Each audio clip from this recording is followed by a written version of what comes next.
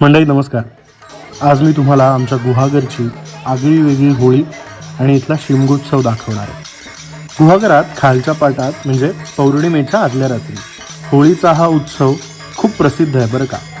या उत्सवाचा नायक असतो तो म्हणजे शंकासूर. कोकणात आमच्या गुहागरचा हा शिमगा पूर्वापार प्रसिद्ध आहे. खालच्या पाटातल्या गोळखेळे भागात होणाऱ्या या उत्सवासाठी सगळेजण म्हणजे आपली हातातली कामं टाकून अगदी येतात बरं का. आप्पा, मी आणि बाबा आम्ही सगळे यंदा उत्सवासाठी गुहागरला आलो आहे, खास शिमग्यासाठी म्हणजे या होळीसाठी. चला तुम्हाला आज दाखवणार आहे या व्लॉगच्या माध्यमातून आमच्या गुहागरचा पूर्वापार चालत आलेला हा शिमगोत्सव.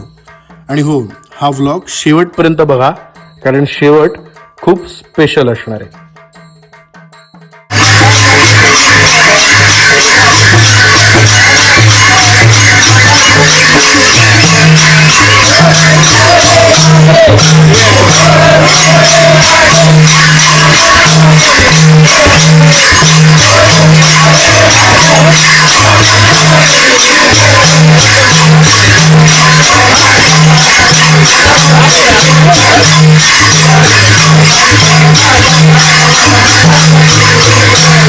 फाल्गुन महिना सुरू झाला ना की गुहागरला जायचे वेध अगदी हमखास लागतातच. म्हणजे गुहागरचा शिमगा आणि होळी आहेच तशी विशेष. कमरेला बांधलेल्या घुंगूर माळांचे आवाज, मग त्यात मिसळलेले ते नमनाचे सूर, ह्या सगळ्या आठवणी अगदी मनात दाटू लागतात आणि मग प्रत्येक चाकरमान्याला कोकणात जावंसं वाटायला लागतं. आमच्या गुहागर भागातल्या शिमग्याचा हा खरं तर शंकासूर हा नायक आहे. इथे खूप आधीपासून घरोघर हा शंकासूर होळीच्या आधी पूजला जातो. त्याच्या बऱ्याच लोककथा तशा प्रचलित म्हणा, पण गुहागरला मात्र असुराची पूजा एखाद्या देवतेसारखी आम्ही करतो बघा. म्हणजे साधारण महाशिवरात्रीनंतर वरवेली भागात शंकासुरांचा वेश धारण करून ही मंडळी बाहेर पडतात. भक्ती आणि कलात्मकता यांचा संगम असलेले हे शंकासूर मग आजूबाजूच्या सगळ्या गावांमध्ये म्हणजे पालशेत, गुहागर या सगळ्या भागातल्या प्रत्येक घरी जातात, तिथं आपला खेळ सादर करतात. साधारण एक 9 ते 15 दिवस अगोदर या शंकासुरांची घरोघर वाट बघितली जाते, त्यांची पूजा केली जाते. तुम्हाला माहिती नसेल पण म्हणून सांगतो, फाग पंचमीला आधी पहिला होम लागतो आणि मग त्याच्यानंतर हे जे शंकासूर आहेत ते होळीचं शीद शोधायला बाहेर पडतात. आता शीद म्हणजे काय प्रश्न पडेल. आपण होळी जेव्हा जाळतो तेव्हा ते जे मुख्य खोड असतं त्याला शीद म्हणतात. मग आपल्या अंगाची कला, आपल्या अंगातली सगळी जी कला आहे ती सगळी कला गावोगाव सादर करायची, घरोघर सादर करायची आणि मग रानावनातनं जात असताना ते शीद शोधून आणायचं आणि पौर्णिमेला ते उभं करून त्याच्या भोवती होळी पेटवली जाते. ही इथली पूर्वापार चालत आलेली परंपरा.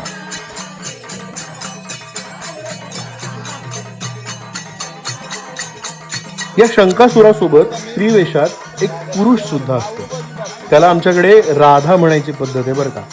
म्हणजे त्याच्या समोर सगळेजण आपलं मागणं मागतात, त्याला नवस बोलतात आणि मग वर्षभरात एकदा का तो नवस पुरा झाला की पुढच्या वर्षी शिमग्याला तो नवस फेडला जातो. वरवर तुम्हाला शंकासुरांचा पोशाख असा साधा वगैरे वाटत असेल, काही लहान मुलं घाबरतात सुद्धा त्याला बरं का. पण एक गोष्ट सांगतो, आमच्याकडे हवामान या काळात जर असं गरम व्हायला सुरू झालेलं असतं आणि मग अशा वातावरणामध्ये दिवसा असो किंवा रात्री असो 10-12 दिवस तो अवजड पोशाख अंगावर वावरणं हे फार अवघड काम आहे. कमरेला जाडजूड अशी ती घुंगूरमाळ बांधलेली असते आणि ती घेऊन नाच करताना खरं तर पुरती दमछाक होत असते.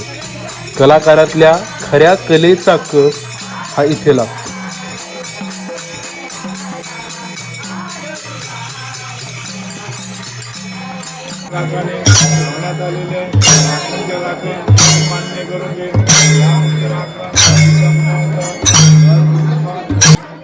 शंकासूर एकदा का घरी आला की त्या शंकासुराला चिडवणं हा इथल्या पोरासोरांचा अगदी आवडता खेळ. म्हणजे बघा, नमनामध्ये दंग असलेला किंवा आपली कला सादर करण्यामध्ये दंग असलेला जो शंकासूर असतो ना, त्याच्या समोर जायचं, उभं राहायचं, त्याला डिवचायचं आणि मग तो लागतो आपल्या मागे, धावतो. त्याला दमवण्यात असते ती खरी मजा. तो या पोरांना पकडेल त्यात खरी मजा असते. मग ज्या पोराला तो पकडेल त्याला घेऊन यायचं आणि मग त्यानं काहीतरी सादर करायचं, पाया पडायचं शंकासुराच्या. त्याचे आशीर्वाद मोलाचे मानले जातात फार.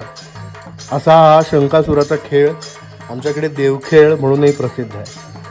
लहान पोरं खरं तर त्या शंकासुराचं रूप बघून घाबरलेली असतात बरं का. त्यात हा मागे लागतो त्यांच्या. गंमत बघा, हे सगळं या सगळ्या भावनांचं संमिश्र मिश्रण बघितलं की असं वाटतं की एकाच वेळेस शौर्य, भक्ती आणि कला या तीनही गोष्टी आपल्या संस्कृतीने एका दमात, एका सणाच्या माध्यमातून किती छान एकत्रित आणल्या आहेत नाही का.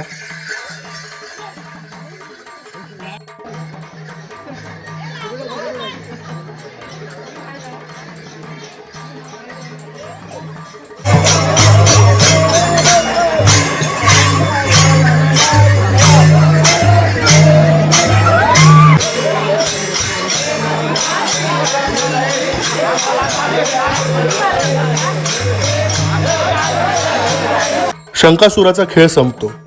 नाचून नाचून किंवा मनसोक्त धावून शंकासूर दमलेला असतो. त्याच्यासोबतचे कलाकार काही काळ विसावतात. मग सगळेच जण एकत्र येऊन त्यांना मेवा देतात. देवत्व बाजूला सारलं जातं आणि प्रत्येकातलं माणूस पण इथे जागे होतं. दमलेल्या पायांना आणि भुकेल्या पोटांना मायेचा मेवा आणि खाऊ दिला जातो. पोटभर खाऊन शंकासूर आणि त्यांचे कलाकार तृप्त होतात. पोटाची भूक तर भागतेच, पण त्याच्या जोडीला अंगातली कला व्यक्त झाल्याने एक वेगळाच मोकळेपणा जाणवतो. हा देवखेळ खेळून झाल्यावर इतके दिवस देव आपल्या अंगात येऊन गेला, आपण आहोत ना तेवढेच पवित्र झालो होत आपण. ही जबाबदारी वर्षभर चांगलं काम करायला प्रवृत्त करते आणि माणसं पुढच्या होळीच्या तयारीला लागलेली असतात.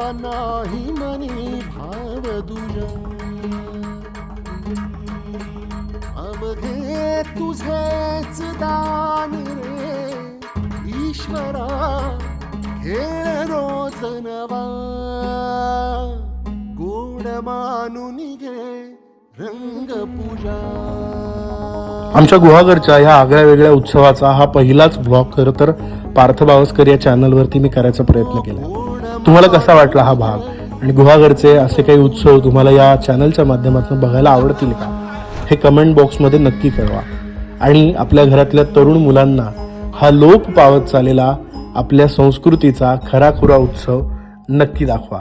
कमेंट बॉक्समध्ये व्यक्त व्हा आणि हा माझा पहिला लॉंग व्लॉग कसा वाटला नक्की कळवा.